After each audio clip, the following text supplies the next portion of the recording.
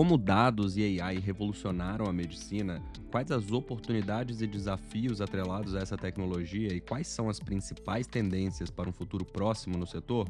Confira isso e muito mais nesse episódio imperdível agora, no Data Circle Podcast.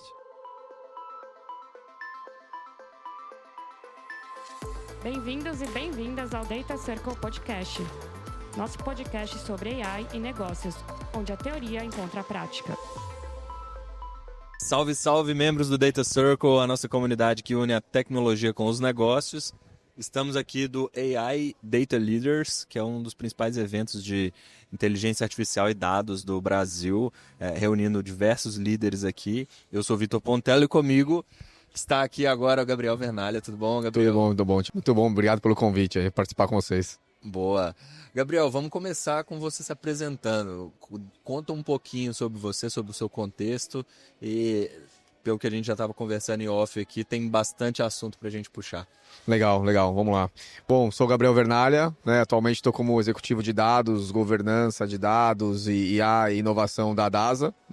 Estou aqui no AI Data Leaders como embaixador do evento, então foi uma oportunidade boa para esse último ano apoiar aí, agradeço a Tati e o Fabrício pelo convite, a confiança também, de ajudar eles a construir esse evento. Então acho que desde o ano passado já vinha falando do AI Data Leaders, que enfim, vem se consolidando como um evento importante no calendário aí dessa comunidade de dados IA, que todo ano cresce, e esse ano o evento tem sido muito bom de novo, eu acho que um sucesso. E estou aqui, na verdade, no evento até como também diretor do Dama, diretor de estudos técnicos do Dama. A gente está com o espaço do Dama aqui, no espaço de comunidades, trazendo um pouco das novidades aí do Dama aqui agora, para final de 25 e algumas novidades aí para 26 também.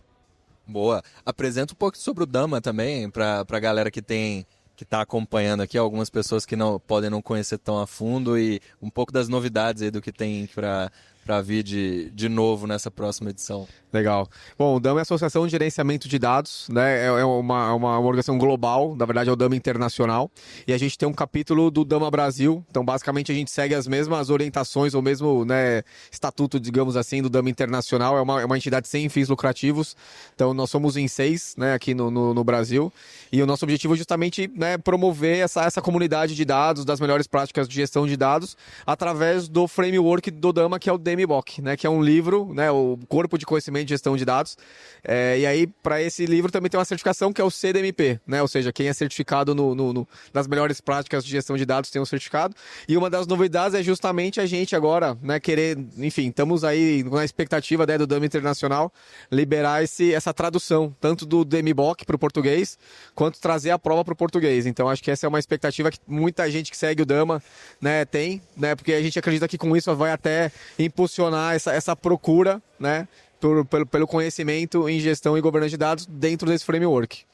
E aí, só complementando, uma outra novidade que a gente trouxe, Então, além da prova em português, para final de 27 a gente vai ter o livro novo, O DMBOK na versão 3, e aí com muitas novidades e já sendo mais moderno em relação também a tecnologias, usos e práticas, A gente vai manter a tradição, a espinha dorsal do que é o framework, mas já trazendo muita novidade. E uma outra novidade que a gente trouxe aqui, divulgou no evento, foi a questão do Dama Brasil Summit, que a gente vai realizar agora esse ano, dia 12 de novembro, aqui em São Paulo. Então a gente até começou com as inscrições semana passada, ou segunda agora. Então daqui a pouco a gente já vai estar divulgando aí nas mídias também o primeiro, retomando, o Data Brasil Summit. Ah, legal. Quem não conhece deveria conhecer, porque é um framework muito útil. Exato. É realmente uma bíblia ali de quem está trabalhando com gestão e management de dados. Exato. E você trabalha dentro da área de saúde, aplicando dados e inteligência artificial numa das áreas em que existe mais potencial e, ao mesmo tempo, é uma das áreas mais desafiadoras do ponto de vista de uso desse dado, que são dados Exato. sensíveis e tudo mais. Conta um pouquinho pra gente sobre a sua participação nesse campo e para a gente explorar um pouquinho do que tem sido feito de mais novo nessa área, na evolução e no processo de crescimento da inteligência artificial e dados na saúde. Não, legal. Tô na área de saúde há 7 anos já, praticamente, né? Eu comecei, fiquei 6 anos e meio quase numa operadora, né? Agora, mais recentemente, há 6 meses, tô no grupo DASA, enfim, né? Que basicamente aí o maior grupo aí de rede de laboratório, né? Diagnóstico no Brasil. E aí, dessa minha jornada aí de 7 anos, eu peguei o começo da LGPD, né? Então, assim, implementei lá atrás a LGPD, ainda não sabia muito bem onde ficava, né? Se era jurídico, se era compliance, se era dados, se era tecnologia. Então, eu acabei vivendo isso lá em 2018, 19, foi quando, né, a gente implementou. E eu acho que desde então o setor ele começou a ser mais regulado até por essa questão do dado pessoal e do dado sensível, né? Quando a gente olha um pouco para a ANS, ela já tem resoluções normativas de qualidade de dados, de política de dados, então que já faz com que, né, as empresas do setor elas se mobilizem para ter uma gestão mais consciente do uso dos seus dados, né? E aí eu vejo, e hoje também no DASA não é diferente, eu acho que a gente tem uma preocupação muito grande do uso e do compartilhamento. Então a gente tem um time de privacidade muito ativo, né? O time de segurança muito ativo. Nada que sai do time de dados ele pode ser usado por outras áreas ou compartilhado sem que tenha realmente essa chancela de que ele pode ser usado por uma finalidade específica. E esse é um ponto, eu acho que é um legado bom que ficou, né, da LGPD para a área da saúde. Eu estava até conversando com uma outra pessoa aqui, que não é saúde, mas tudo que foi feito lá de adequação para a LGPD eles já perderam. Porque eles fizeram naquele momento, muito para prestar conta ali para uma questão de cliente ou para o mercado, né, de processos. Depois eles não mantiveram isso, se perdeu, e agora estão falando de readequação de LGPD de novo 5 anos depois. É isso, né? Se essa adequação não é feita com uma governança bem estabelecida e com um fluxo de processos que vão dar esse suporte, acaba que se perde mesmo. Exato, se perde. E aí como que a governança apoia isso, falando, né, de LGPD e enfim, de privacidade? Eu acho que primeiro você trazer essa importância da gestão do ciclo de vida do dado, né? Ou seja, o dado desde a coleta, como você armazena, como você consome, compartilha e até o seu descarte. É uma coisa que eu sempre falo, né? O dado ele só gera valor quando ele é usado. Se ele não é usado, ele é custo e risco, né? Ou seja, porque você está gastando para armazenar e tem o risco dele vazar. Então, acho que esse é um ponto fundamental. Então, quando a gente tem que olhar para essa gestão do ciclo de vida é importante. E todo dado que entra, né, no ponto de coleta, minimamente você já olha para essa questão do discovery, né? Se é um dado pessoal, se é um dado sensível, como eu armazeno, né? Então, assim, como eu levo isso para frente, né? Até um dado de cliente, e aí eu já vou para o próximo passo da metodologia.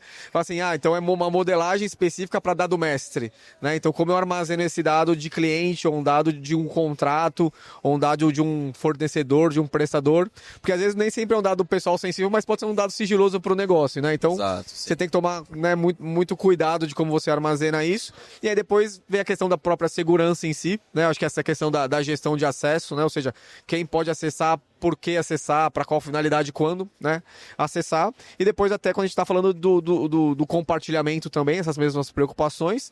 E o descarte, né? Ou seja, por quanto tempo a legislação me permite ou me obriga a guardar um dado. E a gente tem que guardar durante um certo tempo. E o Data Lake nem sempre é o melhor lugar para você guardar esse tipo de dado, né? Guarda no legado, lá que custa menos, né? É mais barato.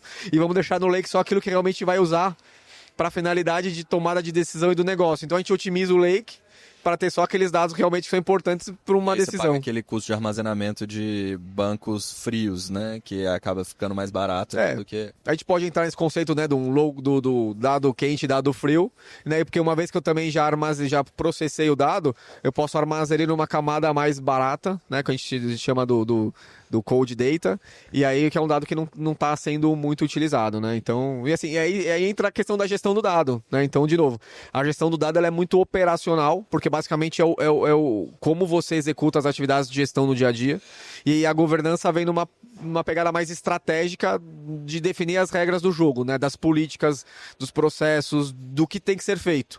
E aí a ideia da governança ser estratégica para ela estar diretamente ligada com a estratégia da empresa, da organização, né? Ou seja, como que eu viabilizo os meus dados para que eles diretamente a gente consiga atingir a estratégia da companhia com os objetivos estratégicos. Né? Então você fala assim, eu preciso melhorar o meu NPS, né? Que é um objetivo estratégico que eu preciso encantar melhor o meu cliente, eu preciso, né? E aí como que eu faço isso? E muitas vezes passa por eu entender ou ter os dados do meu cliente de uma forma bem armazenada. Se eu entender melhor o que ele está falando do meu produto, né, e do meu serviço, talvez eu consiga atender melhor ele. Então passa, né, pela base de tudo que é o dado, né?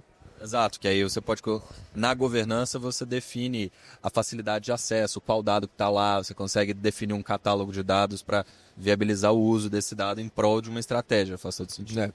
Acho que você trouxe um ponto que você comentou legal. Acho que assim, hoje catálogo de dados é um assunto que vem crescendo, às vezes muitas vezes negligenciado, né, pelas empresas, porque basicamente hoje o catálogo de dados é muito esse elo de ligação entre o negócio e a TI. Digamos assim, né? Porque o cara que não... Uma das principais dores do negócio é assim, ou eu tenho o dado, mas ele não tem qualidade, ou eu nem sei que dado a companhia tem para eu poder usar. E aí, geralmente, como que a área de negócio consegue ter acesso minimamente ao primeiro nível de dados sem acessar o dado especificamente, né? Através do catálogo, né? Então ela vai descobrir ali, vai fazer uma pesquisa, e aí vem, né, gestão de metadados, que é o que está justamente por trás do catálogo. Exato. Então você fala, bom, então eu já começo a conhecer os dados que a companhia tem, aí ela vai pedir o acesso. Aí vai essa questão de segurança, privacidade, para ver se a pessoa pode ter ou não. Então assim, eu acho que o catálogo, a gente vem ganhando um pouco de relevância justamente por isso, né? Porque a entrada do dado na área de negócio, eu acho que passa muito por esse catálogo, esse glossário, esse entendimento do que é o dado, né?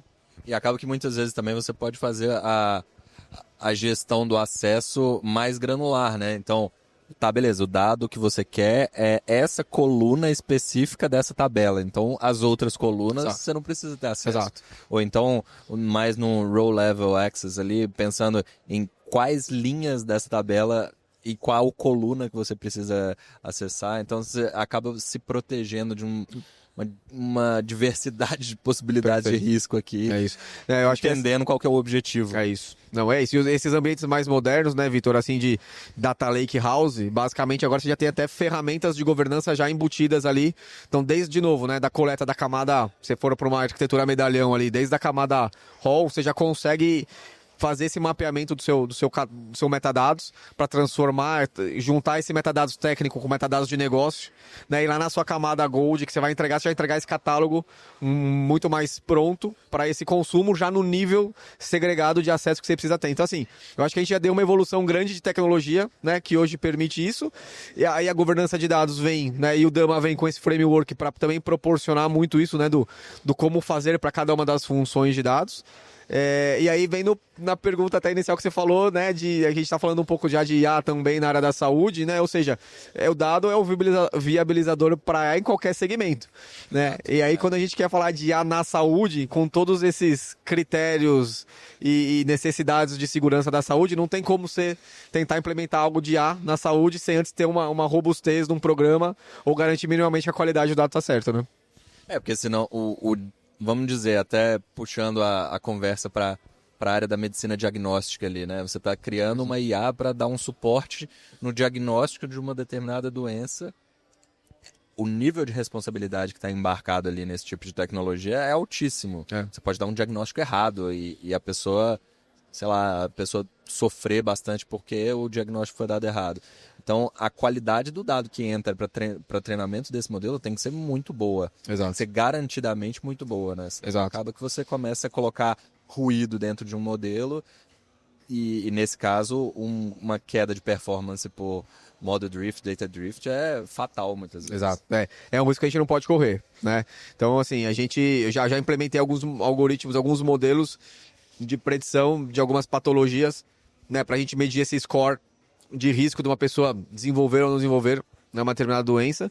E aí no final do dia você tem os níveis de acurácia ali do algoritmo, mas uma coisa importante que a gente melhorou muito dentro do processo, né, de criação dos modelos ali, do que a gente chamava de Model Ops, foi no momento que a gente entregava o dado para o cientista, junto com o cientista de dados eu tinha um cara de qualidade de dados do time, garantindo que aquele dado que eu estava entregando para o cientista tinha qualidade, estava pronto para ser usado. Então o cientista não se preocupava muito com isso, né? Porque no final do dia ele montava o modelo, montava ali, depois entregava, fazia todas as análises, entregava para a área de negócio, e então aquele score que saía, muitas vezes a gente acreditava que estava certo, porque já tinha um trabalho prévio ali de qualidade de dados. E quando a gente começou a colocar esse cara de qualidade na squad de IA, a gente percebeu que melhorou muito até o resultado dos modelos mesmo, né? E aí entra o ponto que você falou. Legal isso. Dessa evolução, né? Você falou, saúde diagnóstica, né? E a área da saúde diagnóstica. Então, assim, eu posso indicar que a pessoa tem uma propensão de ter uma doença ou não, e é lógico que no final do dia é o médico que vai pegar aquilo e vai entrar em contato, vai fazer uma entrevista, eventualmente vai olhar exames e vai ver se o que está saindo da IA, essa probabilidade realmente existe ou não.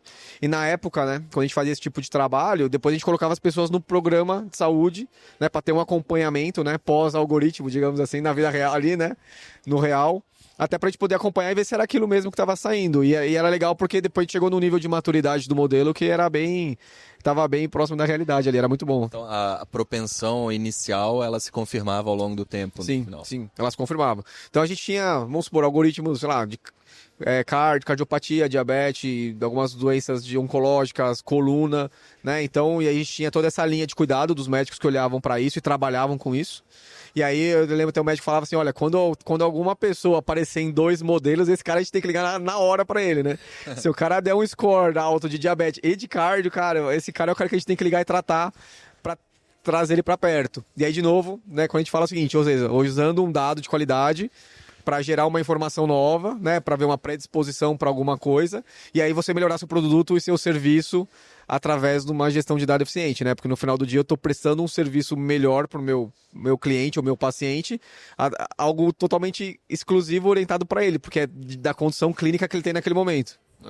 Legal. E eu acho que, assim, talvez esse caso de uso, né, seja um dos casos de uso mais não revolucionários no sentido de inovação só, porque também mas no ponto de vista de impacto na humanidade, talvez seja um dos que tem o maior impacto, porque ele está diretamente relacionado com a qualidade de vida das pessoas, né? Então, se Exato. você pega, por exemplo, um modelo com uma performance boa, que consegue prever uma propensão a pessoa a desenvolver algum tipo de doença oncológica ou cardiopatia ou diabetes tipo 2, você consegue antecipar em muito o tratamento, e um tratamento preventivo, não um tratamento corretivo, vamos dizer assim, e no fim a pessoa consegue ter uma qualidade de vida muito melhor se ela conseguir antecipar o tratamento, evitar com que a doença aconteça. Né?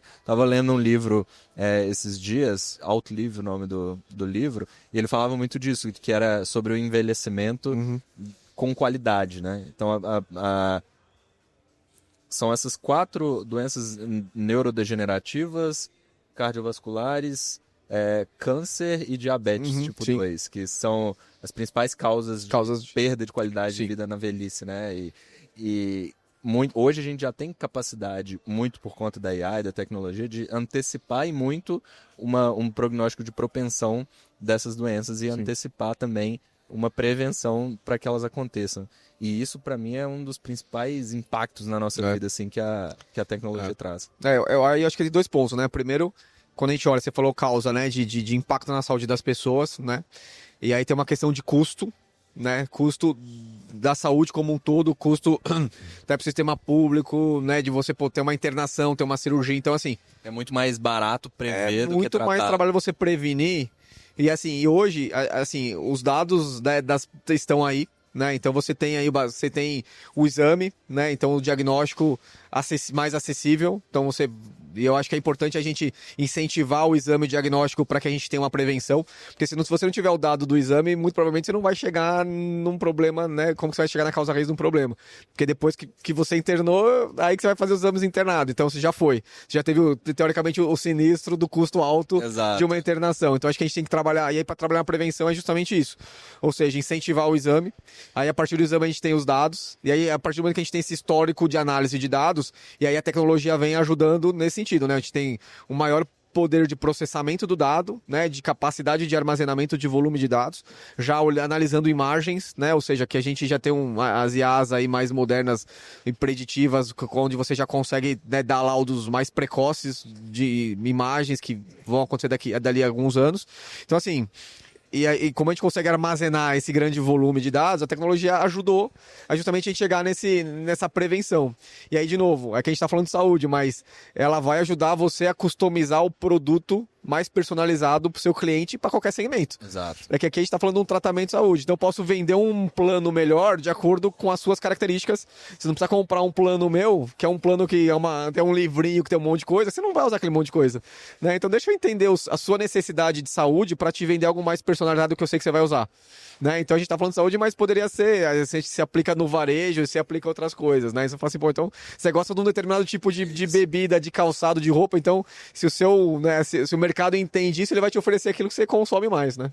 E do mesmo jeito, né, esses conceitos de hiperpersonalização aplicados no contexto da saúde, você pode pegar tanto os dados diagnósticos, os dados de exames e tudo mais que aquele paciente pode ter, cruzar com dados genéticos da família dele ou dele mesmo. Sim. E ter um tratamento hiperpersonalizado justamente nos pontos que estão sobressaindo ali dentro do risco desse paciente, exato, por exemplo. Aí a gente tá falando até de uma prevenção anterior já, né? Porque no fim, você já tem esse histórico familiar genético, então você fala, olha, eu sei que você tem uma predisposição a alguma coisa, geralmente o encaminhamento de tratamento, né? Como é a medicação, nesse sentido, e aí o médico já direciona alguns exames.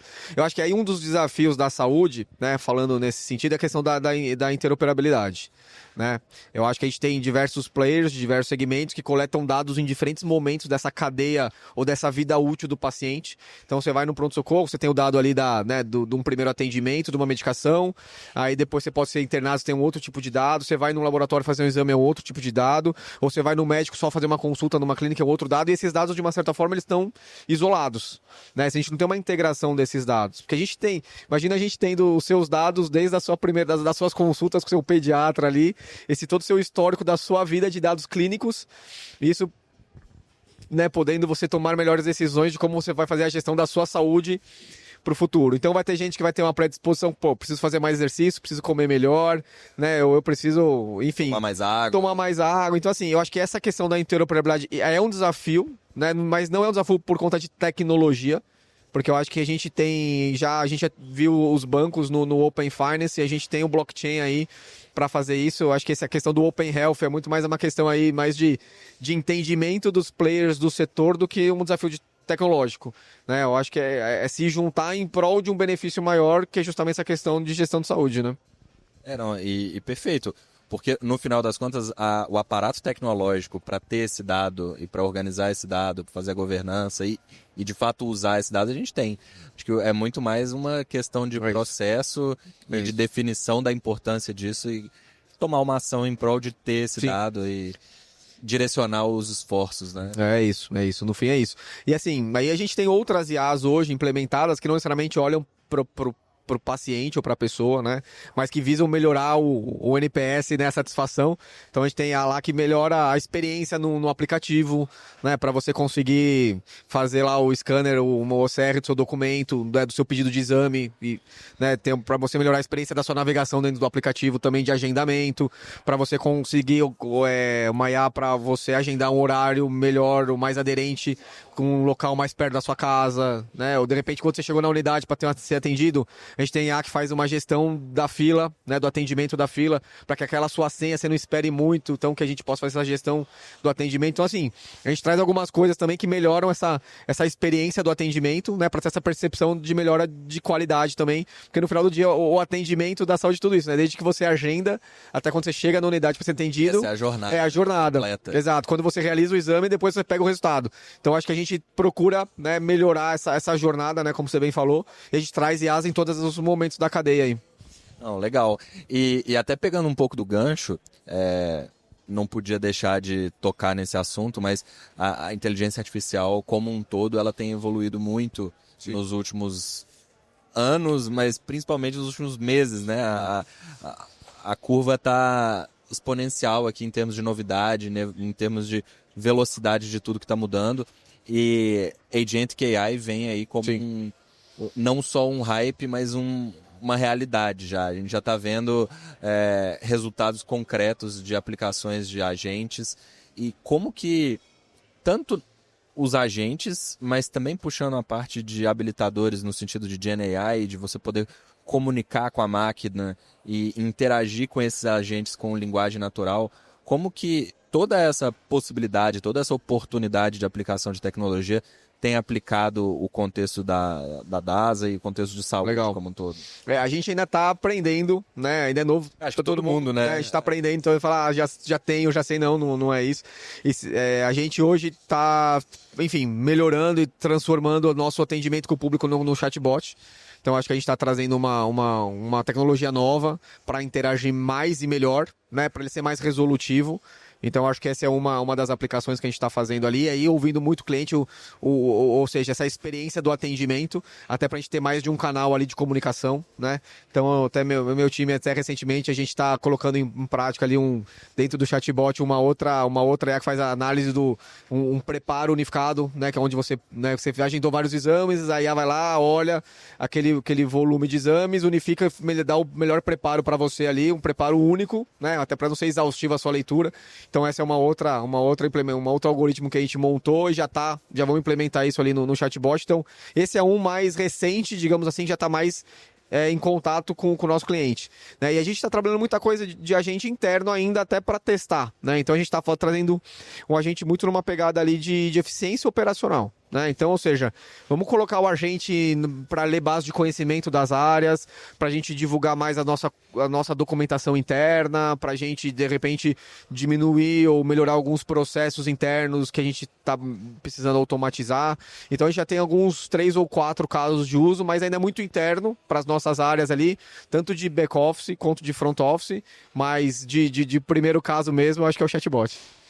Acho que acaba que tem uma série de pontos aqui que essa tecnologia abre de leque de oportunidade, né? Acho que um deles é o que a gente comentou aqui sobre interagir com a máquina. Acho que o nível de interação, o nível de inteligência dos chatbots que tem essa tecnologia embarcada é infinitamente superior aos chatbots tradicionais ali, que acaba que o chatbot é só a interface, né? Mas o que está por trás ali é que determina. Mas você falou um ponto aqui que talvez seja uma das principais oportunidades, que são os processos, né? Uhum. Então, pela primeira vez na história, a gente consegue ter o ser humano fora do loop. Não necessariamente o ser humano tem que dar o comando para a tecnologia agir. Muitas vezes o comando vem de outro agente. Isso, que é o agente que você falou, dos multi-agentes, né? Exato. Então, você tem um processo que você tem um objetivo com esse processo. Mas você não necessariamente precisa colocar agentes que vão fazer cada etapa desse processo, porque no final o processo pode ser totalmente redesenhado e ao invés de 10 etapas do processo, você ter 2 agentes que fazem o processo inteiro e chegam naquele resultado. E comunicam entre si, né? No final você pode chegar com um documento e o processo se decidir sozinho com base em decisões no agente. Então isso é uma oportunidade de mudança que até então a gente não teve, né? Como que você vê isso dentro do dia a dia ali? Você acha que existe essa possibilidade de implementar isso? Cara, eu acho que tem. Eu acho que não falta muito, né? Porque se as áreas de negócio já estão trabalhando com os agentes, daqui a pouco a gente vai estar nessa evolução, né? E aí, é um outro ponto que você trouxe, e a gente está tendo essa preocupação da questão, assim, como que você vai fazer a governança do dado que foi aquele dado que foi gerado por um agente, ou seja, você tem uma IA que ela gerou um dado, que gerou uma base de conhecimento, e onde está essa base de conhecimento, como que eu gerencio esse dado e quem consome esse dado. Então, assim, aí você tem os agentes consumindo os dados gerados por outros agentes, né? Então, assim, eu acho que a gente, de novo, a gente está num processo agora lá da DASA, que a gente não vamos sair escalando o caso de uso, antes da gente ter uma literacia em A. Então a gente deu alguns passos para trás, falou, não, vamos treinar a galera primeiro. Então a gente está com um programa interno lá de treinamento, capacitação, de guardrails da IA, né? Ou seja, que dados a gente pode usar, com que ferramentas a gente pode usar e para que a gente pode usar. Então a gente está montando esse nosso framework agora de governança de IA com capacitação, para depois a gente poder, de uma certa forma mais pé no chão, escalar os nossos casos de uso, mas todo mundo sabendo como pode fazer. E aí, inevitavelmente, a gente vai passar por essa transformação que você falou, né? Porque assim, ou seja, eu tenho áreas gerando os dados e aí, de uma certa forma, dentro desse processo, né, de multi-agentes, vai gerar um dado novo a partir dali, né? Boa. Então, sobre as áreas de negócio terem essa capacidade, né, de redefinir os processos e a IA entrar no loop, entram outras discussões também, que aí, de novo, especificamente na área da saúde, carregam uma responsabilidade talvez maiores do que em outras indústrias, que é, por exemplo, quem é o responsável pela tomada de decisão, quais processos podem ser automatizados, até quando, onde que o ser humano entra no loop como validador daquela tomada de decisão. Acho que isso também é uma discussão que, dependendo da área de negócio ali, também é bastante relevante, né? Assim, é relevante, e aí é um pouco voltando para a questão da gestão da governança do dado. Então, assim, a área, ela tem essa autonomia de tomar a decisão ali, porque, enfim, cada área, né, vai representar uma parte da empresa e vai ter que tomar uma decisão, mas, por outro lado, ela está usando dados para isso, né? Então, quando a gente fala de, preciso definir o data owner, quem que é o dono desse dado, né? Então, assim, a gente aí tem a questão do awareness, né, e do accountability. Então, assim, primeiro ele tem que conhecer o dado, ele tem que me ajudar a definir critérios de qualidade, de segurança, para que depois ele usa ou ele habilite outras áreas ou outras pessoas a usar um dado que, de uma certa forma, é responsabilidade dele. Aí entra uma questão que a gente está falando de governança da questão da explicabilidade, né? Ou seja, eu preciso conhecer o dado, eu preciso conhecer o processo, né, o que ele vai me gerar de resultado. Eu preciso entender o que o algoritmo está me gerando de output desse processo, para daí eu confiar que tudo isso eu posso tomar a melhor decisão, né? E aí dali para frente ele vai... E a gente não pode querer também ter uma área de IA que vai ser responsável por tudo aí na empresa. Exato. Eu acho que assim, aí é uma... Tem que entender até onde tem que entender. É mais uma ferramenta. Então ele tem que estar, e aí a generativa já meio que pulverizou isso, né? Já massificou esse uso de uma certa forma, então agora a gente está fazendo só de uma forma um pouco mais controlada. Então assim, tá em todas as áreas, né? Todo mundo vai usar e a gente só tem que dar um direcionamento da melhor forma que seja usado, né? Então, de novo, a gente falava do dado, a gente tem que ter a governança do dado para IA, porque muitas vezes não é um dado estruturado que está no banco, é um dado não estruturado, que é um dado que pode ser um PDF, que pode ser um laudo de exame. Que acaba aumentando o nível de complexidade para garantir a qualidade, né? Exatamente, né? Como é que eu vou garantir a qualidade do dado de um exame, de repente, que saiu de uma máquina que a gente não sabe, né? Que pode ter um viés de alguma coisa, de um erro, né? Então, assim, aí tem a qualidade do dado, o próprio algoritmo em si, que entra a questão da explicabilidade, para que no final do dia alguém tome uma decisão melhor em cima disso que o algoritmo gerou, né? Então, assim, eu acho que é um conjunto de coisas, né? Por isso que eu acho que, assim, a gente não vai lá centralizar tudo, né? Não é isso. A gente vai centralizar, ou minimamente tentar colocar uma orientação de gestão mesmo das melhores práticas, mas a gente principalmente vai ser essa área habilitadora da companhia, né? Ou seja, é uma área que vai viabilizar novos negócios, viabilizar projetos, garantir uma sustentabilidade da operação para a gente ter menos erros, e aí dar ponta a cada uma, né, das áreas tomando as melhores decisões, e de uma certa forma a gente se põe como uma área propositiva, né, para a companhia que está sempre ali junto, né, da tecnologia e do negócio para poder viabilizar os dados, né? Basicamente o centro agindo meio que como a ideia de data mesh aqui, né? Pensando numa governança e principalmente governança e definindo quais são as diretrizes e regras do jogo para que a ponta consiga jogar de uma maneira mais segura e direcionada. Exato. Então, assim, a gente quer ser agnóstico hoje, né? Assim, a cloud, de repente vamos ter a cloud melhor para aquele uso que eu preciso, para aquela finalidade que eu preciso, né? Storage, então de repente eu posso ter uma storage na ponta para um tipo de dado, um estruturado, semi-estruturado, não estruturado, imagens. Depois eu vou ter uma camada de consumo. Então vamos ver qual que é a melhor camada de consumo para o negócio.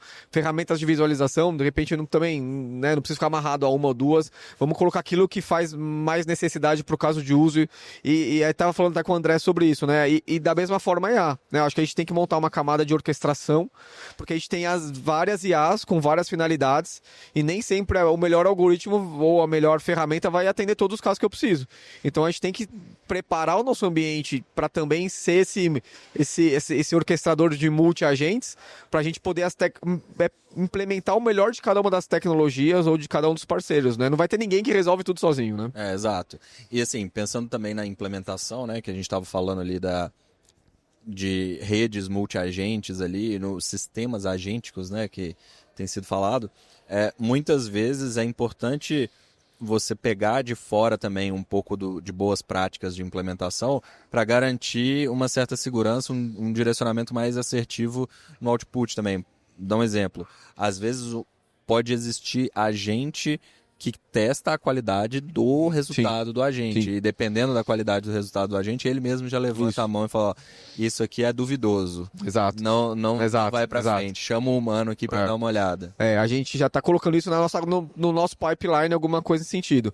Então, para eu olhar para um agente para me ajudar a validar meu código, ou para começar a escrever um código, porque já, né, me ajuda, ou dentro do processo de qualidade do dado, né, justamente isso, a gente tem algumas ferramentas open, mas você já consegue trazer para auxiliar nessa gestão desde o início. Né? Então, não é só, na verdade, criar produto na ponta, a gente já traz para ser meio também, Exato. desde o início, ajudar a gente na construção. Então, é o IA de ponta a ponta, né? Exato. Porque no final das contas, o resultado que a gente quer não é o resultado do agente, é o resultado do sistema. Exato. Então, se tem um agente que consegue desafiar o resultado de um dos agentes, você consegue filtrar muito lixo que vai sair lá do outro lado. E talvez a tendência seria começar com um filtro mais forte, né? Uhum. E garantir que o resultado está saindo, mesmo que saia menos, mas que saia com qualidade, justamente para garantir uma adoção maior. E aos poucos esse filtro naturalmente ir diminuindo à medida que a qualidade vai aumentando. Porque a qualidade vai aumentando, a confiança vai aumentando, né? E aí você vai ajustando esses parâmetros e a maturidade do processo como um todo vai aumentando, né? Então, aí eu acho que essa é a ideia. A gente ter cada vez menos pessoas trabalhando nessa construção e mais gente trabalhando na análise do dado, né? Então, acho que assim, se a gente dá essa capacidade também, por isso vem a questão da literacia, da alfabetização, e aí é um pouco disso, né? Como interpretar os dados, como fazer análises mais exploratórias, como ver correlações, onde que a gente pode impactar o negócio com uma proposição, né? Ou falar, olha, isso aqui a gente identificou que tem um outlier, tá errado. Então, acho que é isso, né? A gente aumenta a capacidade da organização como um todo em mais análise, né? E menos construção. Exato. E, bom, a gente já falou um pouco sobre mais no geral aqui, assim, sobre isso, mas na sua visão, quais são os próximos passos aqui? Pensando em tendências, pensando em aplicações, acho que a gente tangenciou um pouco esse assunto, mas pensando ali nos próximos tempos, nos próximos anos, eu nem diria, né? Nos próximos meses, vai. Nos próximos meses, né? Exato. Qual que é o caminho que na sua visão vai ser seguido aqui? Eu acho que é isso, né? A gente tá falando tinha ferramentas que a gente tá usando hoje que há 6 meses atrás não existiam, né? Exato. Então, e aí eu acho que os ciclos são curtos, cada vez mais curtos. Se a gente olha pro próprio Gartner, né? Se a gente pega o Hype Cycle ali de IA generativa, né? Que já tem isso, né? Já tem o Hype Cycle de IA generativa. Você pode ver que ainda a curva tá todo mundo do início, tá tudo no hype, ou descendo algumas coisas do hype. E quando a gente fala de platô de produtividade, a gente ainda tá 2 a 5 anos.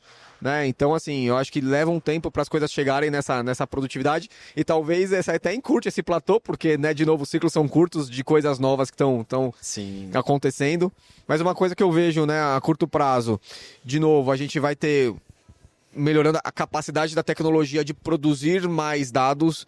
Aí a gente está falando de dispositivos cada vez mais conectados. Então vamos falar do Apple Watch, né, do relógio, que já está a Apple entrando na área da saúde, né? Ou seja, eu já vi outra matéria outro dia da Apple detectando exame de gravidez, né?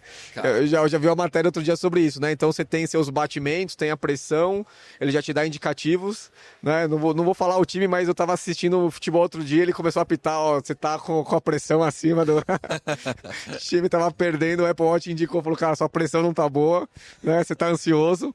Mas é isso, então assim, você começa a ter dados seus coletados por outros dispositivos, e aí a gente tá falando de sensorização, IoT, enfim, daqui a pouco você vai entrar no carro, ele pode pegar alguma indicação sua de dados, então assim, eu acho que é um pouco disso, a gente começar a coletar e armazenar dados de N diferentes dispositivos, isso de uma certa forma a gente conseguir armazenar e interpretar para uma melhor decisão nossa pessoal. Então, se isso a gente vai ter no nosso dia a dia, muito provavelmente as empresas daqui a pouco vão estar nesse ciclo. Então, eu vejo que é isso. E aí, de novo, né? Falando de tecnologia, aumentando muito a capacidade de processamento, armazenamento, análise e resultado dos dados. Eu acho que essa questão, né, para o futuro, os multi-agentes já vai acabar sendo uma realidade, né, porque a gente já está indo para o Small Language Models e cada vez a gente vai ter os agentes mais específicos nas suas execuções e aí você vai ter esses agentes que vão consolidar, né, alguma coisa. E uma outra coisa que eu acho, né, que a gente vai ter para o futuro quando a gente fala de economia do dado, né? Quando eu falo economia do dado, é a economia de você monetizar seu dado e vender o seu dado. E aí, dado como produto. o dado como produto seu, né? Então eu falei, você vai coletar muito dado seu ao longo do dia e no final aquilo pode servir para alguém, né? Então pode servir para uma farma que quer comprar o seu dado, pode servir para uma operadora de telefonia, uma agência de viagem que quer saber as suas... Então acho que essa economia do dado... Seguradora, né? Que pode colocar uma seguradora em função do seu dado. Exato. Então, no final do dia, isso pode se servir de dado para N players do mercado que vão usar o seu dado para te oferecer serviços melhores, né? Então, acho que é muito nessa linha. E essa economia do dado, a gente só não sabe monetizar isso ainda, né? Mas é uma realidade porque a coleta já está no nosso braço, no nosso celular, já está aí, né? Acho que você falou alguns pontos bem interessantes. Assim, acho que a parte de coleta dos dados, ela já está acontecendo, já existem diversos dispositivos que conseguem fazer isso. Acho que provavelmente a tendência é isso melhorar, né? O refinamento desse dado, a qualidade desse dado e melhorando à medida que os dispositivos também vão melhorando. Talvez um desafio grande vai ser conseguir organizar, e aí de novo a gente volta para a governança dos dados, organizar todos esses dados de diversas distribuições. Então, cara, se eu uso um Garmin, o meu carro também consegue ler alguma informação. O meu carro é outra marca. O meu computador que está avaliando a minha face ali, a pupila e etc., vai pegando outro dado. Como é que junta isso tudo e entende o meu contexto como um todo? Exato. Acho que isso vai ser um desafio grande nesse contexto que você está falando. E modelos de negócio que estão para surgir aqui ainda, que a gente ainda nem sabe como vai funcionar. Que a gente nem sabe, mas que vai consumir muito provavelmente isso. Né? Então, assim, a partir do momento que você já é dono do seu dado hoje, né? Você só não tem ele consolidado em algum lugar que você fala, cara, meus dados estão todos aqui, né? De toda essa sensorização que a gente tem, então você não está monetizando em cima dele ainda. Eu acho que o futuro passa um pouco disso, né? Da gente conseguir ter esse controle efetivamente e vou esperar os próximos, né, passos desses dispositivos novos, dessa tecnologia nova que a gente não conhece ainda, que muito provavelmente vai ser lançado em breve aí. Legal. E isso tudo somado com essa revolução que a gente está vendo aqui de Agentic AI, né? Exato. Então, vamos entender como que isso tudo vai se comunicar ali, né, nos próximos meses aí. E igual a gente falou, meses, né? Porque anos já é tempo demais. Meses. Assim, a gente teve, né, a gente geralmente ouve os eventos do Gartner que vem com algumas tendências. Então, geralmente ali no começo do ano tem lá, né, o de dados e AI. E aí agora no meio do ano eles já estão soltando muitas coisas, muitas releases, ou mudando o que eles disseram em março, abril, né? Que não era mais daquele jeito, ou já complementando com algumas coisas. Então, assim, esse ciclo de um ano de novidade já não funciona mais, né? Exato. Um ano atrás se falava em agentes como uma visão futurista, assim, né? E hoje a gente já consegue ter implementações de agentes rodando em produção. Então, bom, animador para quem trabalha nessa área, né? Animador por um lado e assustador por outro, né, Vitor?